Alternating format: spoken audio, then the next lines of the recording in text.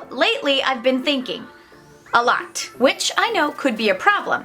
Assalamualaikum, hello dinosaurs! It's your Muslim friend Dina. Today I'm wearing this foundation. If you guys want to get this or anything else on Yesstyle, there is a discount code down below, so be sure to use it. I wanted to know what was the difference between emotional dumping and venting. So I decided to do a little bit of research.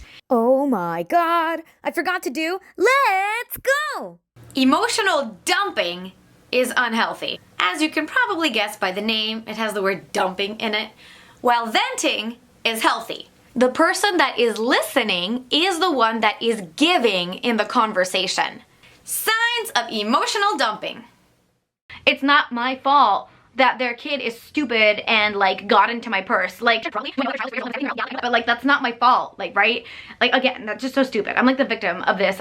A victim mentality. People that emotionally dump have a victim mentality. They take no accountability. They don't want solutions, and they're blaming others. Emotional dumping goes on and on and on and on and on and on. 6 hours later. They're going to talk to you for a while. 30 minutes, an hour, 3 hours, 5 hours. And this is not a conversation that ends. This is a conversation that will happen again the next week or the next time you meet. It's going to be ongoing. 6 months later. Most of the time, it's the same issues. This person doesn't actually fix their issue. It's the same issue that they're constantly rehashing to you. And then anyway, like we went on a date and whatever, and then he stole my credit card information, which is absolutely ridiculous. Like my mom one time also stole my credit card information, and she's never even paid me back for that. They don't stick to one issue.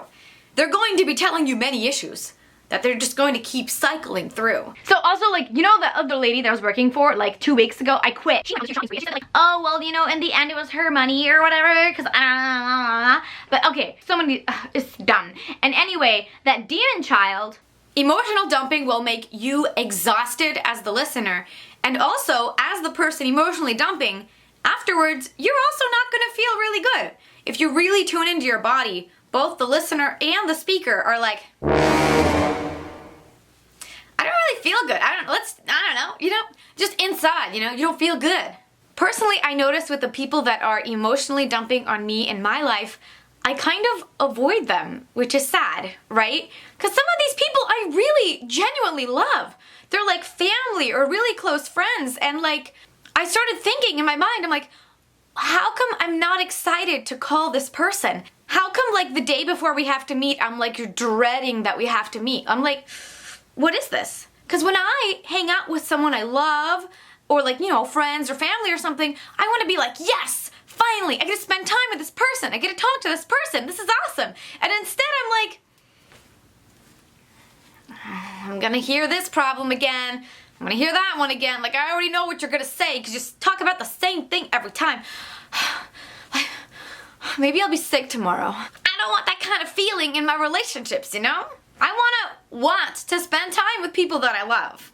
Also, if you have emotionally dumped before, or if someone has emotionally dumped on you, please have some compassion for you or for the other person. I'm not saying you need to stick around and listen to this person throw up on you, but what I am saying is sometimes we all learn bad habits. Like maybe it's in our family or in our culture or something. Sometimes people think that just emotional dumping on someone else is somehow like how you make connections. And that's just something that we have to relearn, like a healthier way to do it, right? If we don't take accountability or responsibility for our own lives, there's like no choice but to be a victim, right? Life just happens to us. We have no choice but to have a horrible existence. And that's not life. We have to be accountable and responsible for our own lives, right? Because that way we can change. We can do better. If it's always, it's his fault, it's her fault, oh my god, it's the government, it's my culture, it's my religion, it's my family, it's my gender, it's my race. If it's always like problems like that, you're never gonna have a happy life. Do you just want to be sad? Do you just want to be depressed? Do you just want to be angry? Because that's the choices you're making right now.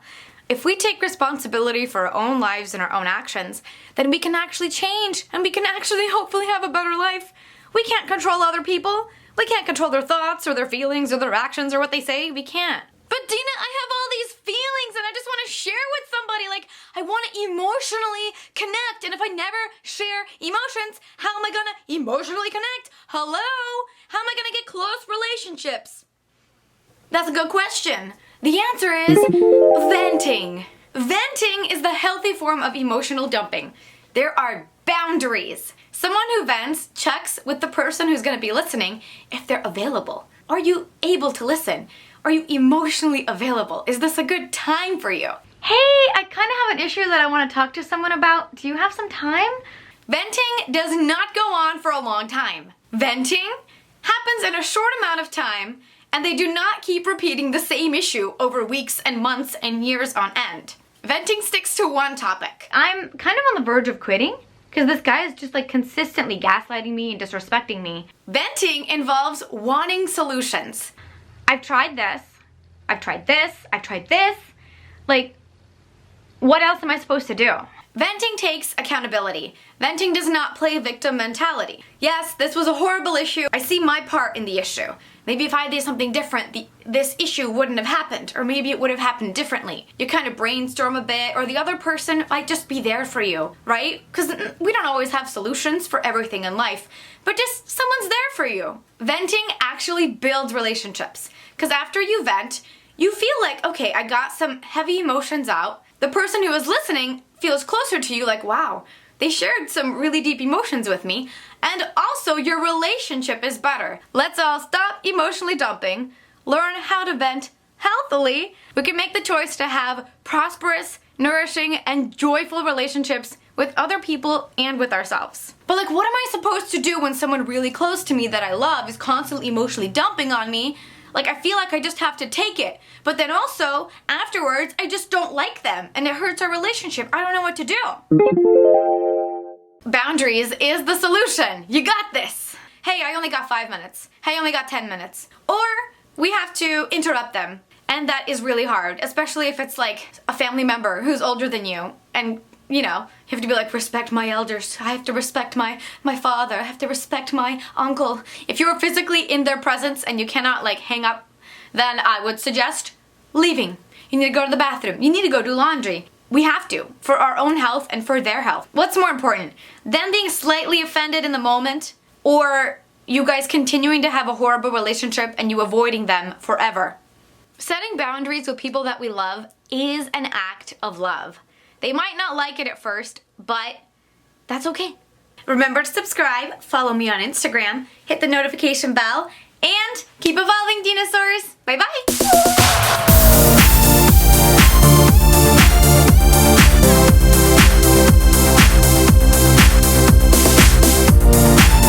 I don't know if you guys can hear, but there's people like arguing outside of my window. Why? Okay. I keep touching this leaf and then freaking out and I'm like, oh yeah, it's a leaf. Look at this monstera though. Like, it had a new leaf back here. It's so cool. Oh my god, I've never had one of these plants before. I'm so excited that it's like staying alive because so many plants have died in my house lately. But this one's doing great. Good job, monstera baby. You got this. You got this. Yay.